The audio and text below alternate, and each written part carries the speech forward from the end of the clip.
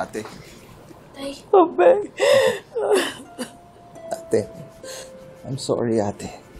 I'm sorry. Hindi ko naprotektahan si Justine, ate. I'm sorry. I'm sorry, ate. I'm sorry. Abeng, no. Don't blame yourself. Wala kang kasalanan.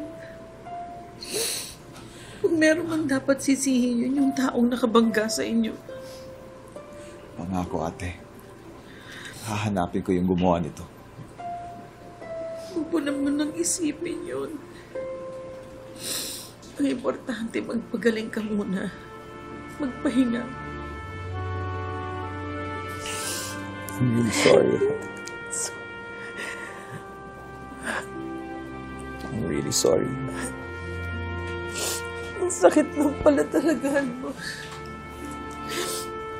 Kailan kami naging okay ni Justine? Doon pa siya nawala.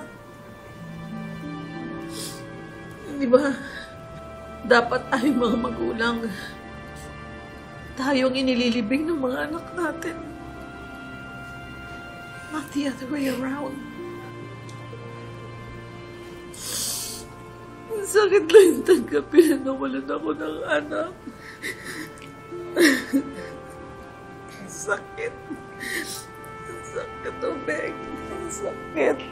Ang sakit. Sakit.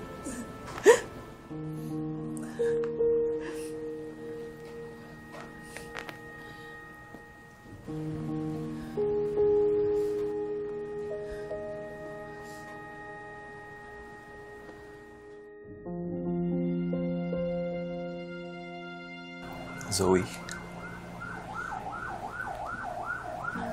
Anak.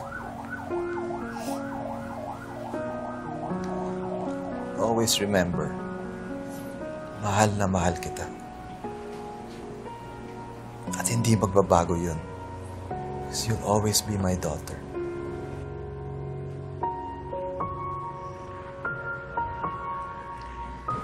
Of course, Dad.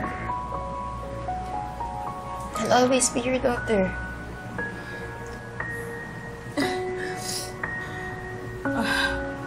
Natatakot lang siguro ang daddy ninyo. Ayaw niyang maranasan ang pinagdadaanan ko ngayon. After seeing what happened to me and Justine.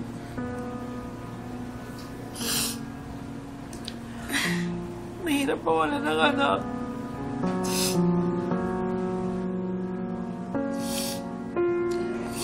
Dad, hindi mangyayari yun. Hindi kita iiwan. Hindi ka namin iiwan ni Annalyn.